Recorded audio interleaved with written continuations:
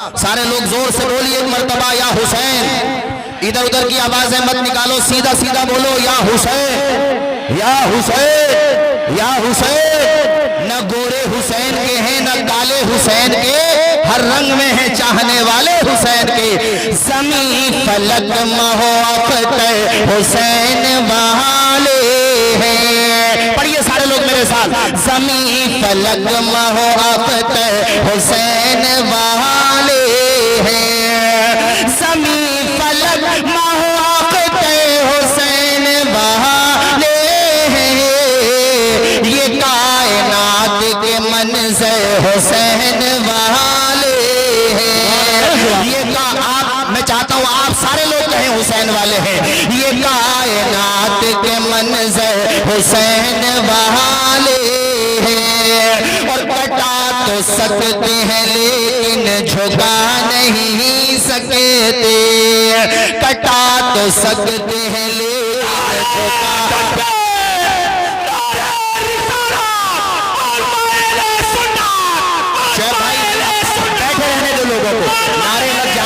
شیخ بھائی ماشاءاللہ بھی لگائیں نعرہ. بیٹھے رہنے دو لوگوں کو. آپ کلام سنیے انشاءاللہ فوراً پیش کر دیا جائے گا. آپ سارے لوگ کلام سنیے. کٹا تو سکتے ہیں لیکن جھکا نہیں سکتے. کٹا تو سکتے ہیں لیکن جھکا نہیں سکتے. ہمارے جسموں پہ سر بھی حسین والے ہیں. ہمارے جسموں پہ سر بھی حسین والے ہیں. اور ہوا سے کہہ دو کہ آ جائے آندھی یہاں لے گئے. ہوا سے کہہ دو کہ آ جائے آندھی یہاں لے گئے.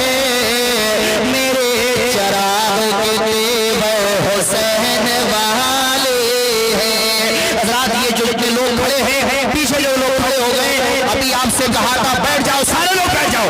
آپ کہنا کیوں نہیں مانتے؟ بیٹھ جائیے سارے لوگ, بیٹھ جائیے. خدا رسول کے واسطے بیٹھ جائیے. بس ٹھیک ہے, اسی طریقے سے بیٹھ جائیے سارے لوگ. بیٹھ جائیے اپنی اپنی جگہ. یہ انجمن خدمت ملت کے لوگوں نے جو گراؤنڈ منتخب کیا تھا, دیکھ لیجئے وہ گراؤنڈ بھی مجھے چھوٹا نظر آ رہا ہے. ہر طرف مصطفیٰ جان رحمت کے دیوانوں کا سیلاب نظر آ رہا ہے. مگر یہ سیلاب پرسکون رہنا چاہیے. یہ سیلاب سکون کے ساتھ رہے گا تبھی تو خطاب ہو پائے گا. اور ابھی تو ماشاءاللہ مخدوم گرامی حضور تاج المشائخ کے شہزادے جو شاہین صفت اور بلند نگاہ الحمدللہ جن کے ارادے فولادی حضرت سید امان میاں صاحب قبلہ تشریف لانے والے ہیں. اور حضرت کی تو تشریف آوری ہو ہی گئی ہے. میں بہت جلدی اپنی تقریر ختم کر رہا ہوں. جس طرح سے بیٹھے ہو ویسے ہی سکون کے ساتھ بیٹھے رہو.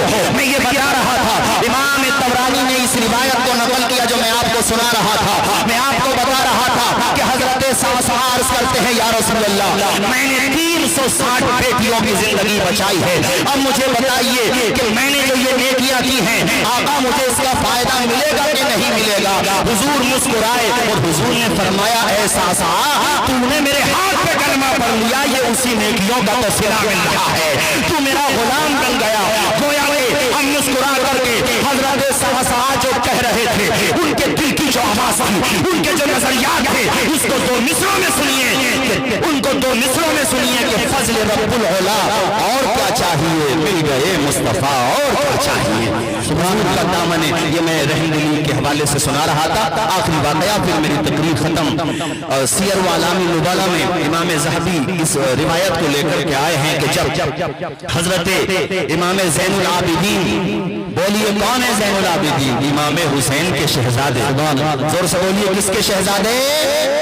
امام علی بن حسین جن کا لقب ہے زین العابدین. جب آپ کا وصال ہو گیا اور آپ کو غسال نے نہلایا تو آپ کی پشت ادھر پر وزن اٹھانے کے نشانات دیکھے گئے.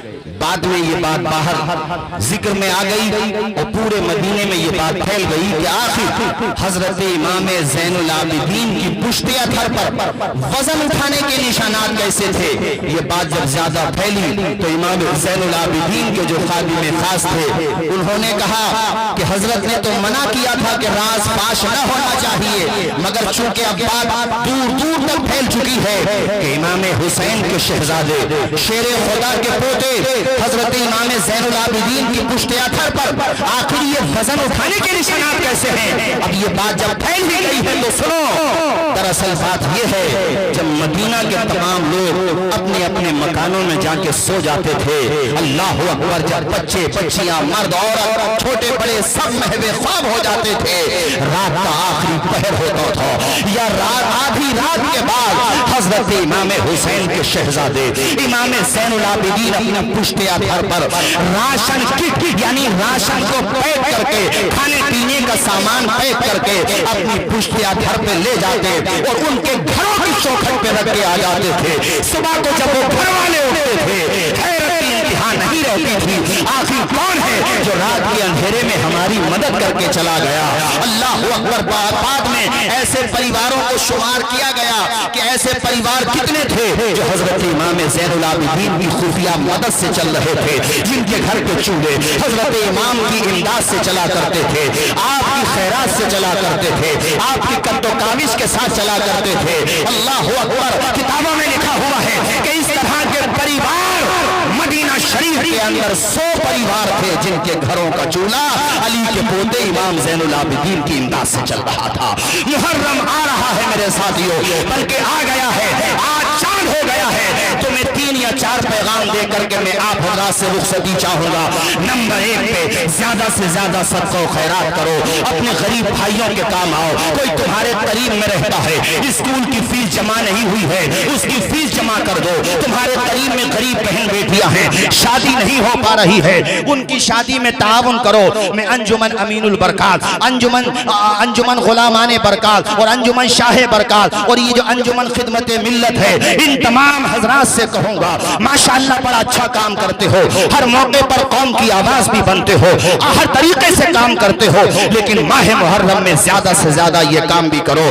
ارے کسی غریب کے لبوں پہ مسکراہٹوں کے گلاب تم نے کھلا دیے، کربلا میں امام علی مقام کی روح پاک خوش ہو جائے گی۔ اور دوسرا کام یہ ہے کہ کم از کم 10 دن میں یعنی پہلی محرم سے لے کے 10ویں محرم تک کم از کم ایک ختم قرآن پاک کر لو، روزانہ 3 پارے پڑھ لو۔ وہ ختم قرآن جب ہو جائے شیرنی رکھ کے ایصال ثواب کر دو، اور یہ خراج عقیدت امام علی مقام کی بارگاہ میں اور ان کے رفقا کی بارگاہ میں پیش کر دو۔ نمبر 3 پہ آپ حضرات سے کہوں گا، اور اس پہ آپ خاص طور پہ توجہ دیں، دیکھو بیہودہ رسومات میں، بدعات و خرافات میں ہرگز نہ پڑیں، امام علی مقام کا منہج اپنائیں اور یہ سوچیں کہ فاطمہ کے بیٹے نے اس قدر زخم کھانے کے باوجود بھی سجدہ نہیں چھوڑا تھا۔ ہم کیسے حسینی ہیں کہ شب عاشورہ میں بھی اور عاشورے کے دن بھی ہم مسجدوں کا رخ نہیں کرتے؟ ہماری محبت تبھی مکمل ہوگی جب 5 وقتہ نمازی بن جائیں گے۔ ارے میں تو یہ کہتا ہوں 5 وقتہ نمازیں تو پڑھنا ہی ہے، مگر کم از کم ماہ محرم میں تہجد کے سجدے بھی کرنے لگے۔ جب ماہ محرم میں کرنے لگیں گے تو انشاءاللہ باقی کے مہینوں میں بھی کرنے لگیں گے انشاءاللہ۔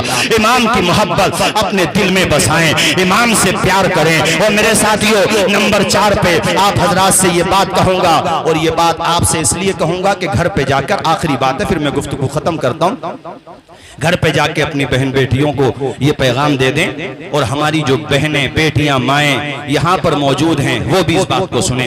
حضرت تشریف فرمائے ماشاءاللہ، پورے بھارت میں جاتے ہیں، بلکہ ادر کنٹریز بھی جاتے ہیں ماشاءاللہ، ادر کنٹری بھی جاتے ہیں۔ راجکوٹ میں، جام نگر میں اور گجرات کے دیگر خطوں میں میرے استاذ گرامی حضرت مفتی زاہد علی سلامی صاحب قبلہ تعالی اللہ عمرہ وزید مجد حضرت کا بھی ادھر کافی دورہ ہوتا ہے۔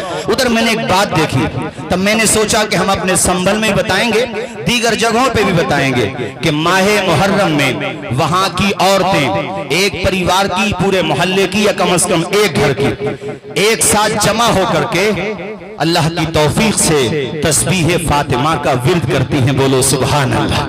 تسبیح فاطمہ کیا ہے؟ تسبیح فاطمہ حضور کی بارگاہ میں حاضر ہوئی تھی حضرت فاطمہ زہرا، کہا تھا یا رسول اللہ میں دراصل کام کرتی ہوں پورے دن کا، اور میں چاہتی ہوں حضور میری مدد کے طور پہ گھر کا کام کچھ وہ سنبھال لے، اس طور پہ حضور کوئی باندی عطا فرما دیں، کوئی نوکرانی عطا فرما دیں۔ حضور نے فرمایا بیٹی میں اس سے اچھی بات نہ بتاؤں تمہیں؟ کہا یا رسول اللہ میرے والد ماجد جی فرمائیں۔ حضور نے کہا بیٹی 33 مرتبہ سبحان اللہ بولیے، آپ بھی بولیے نا سبحان اللہ۔ کتنی مرتبہ؟ کتنی مرتبہ؟ اونچا بولیے، کتنی مرتبہ؟ 33 مرتبہ سبحان اللہ۔ اے بیٹی فاطمہ یہ وہ تسبیح ہے جو حضور نے اپنی بیٹی کو بتائی ہے۔ اے بیٹی فاطمہ 33 مرتبہ سبحان اللہ اور 33 مرتبہ الحمدللہ، اور بیٹی 34 مرتبہ اللہ اکبر پڑھ لیا کرو، تمہاری تھکان بھی دور ہو جائے گی اور نیکیوں میں اضافہ بھی ہو جائے گا۔ تو اے قوم کی بیٹیوں، بن صبر کے محرم کے دنوں میں خاص طور پہ شب عاشورہ میں اپنے حسن کی نمائش نہ کرو، کربلا والوں کو یاد کرو، میرے امام کے مقدس گھرانے کی خواتین کو یاد کرو، اس زینب کو یاد کرو جس کی بہادری کی قسمیں لی جاتی ہیں۔ وہ زینب اللہ اکبر کے نانا کے نواسے نے مصلی نہیں چھوڑا، سرطن سے جدا ہو گیا، سجدہ نہیں چھوڑا، دربار میں بولی بھی تو لہجے میں علی کے، زینب نے کسی حال میں پردہ نہیں چھوڑا۔ اے بہنوں اپنے گھروں میں بیٹھ کے تسبیح فاطمہ پڑھو، قرآن پاک کی تلاوت کرو، اور پھر جس وقت بھی مناسب سمجھو ایصال ثواب کر دو۔ یہ پیغام آپ کی ذمہ داری ہے، گھر گھر تک پہنچائیں، دور دور تک پہنچائیں۔ اللہ تعالی ہم سب کو حسن عمل کی توفیق عطا فرمائے۔ میں نے جو باتیں کہیں اگر کوئی بات خلاف شرع نکلی ہو، میں بھی کلمہ پڑھتا ہوں میرے ساتھ، آپ بھی پڑھ لیجئے، لا الہ، پورا وجہ پڑھیے، لا الہ الا اللہ محمد الرسول اللہ صلی اللہ تعالی علیہ وسلم، وما علینا الا البلاغ۔ السلام علیکم۔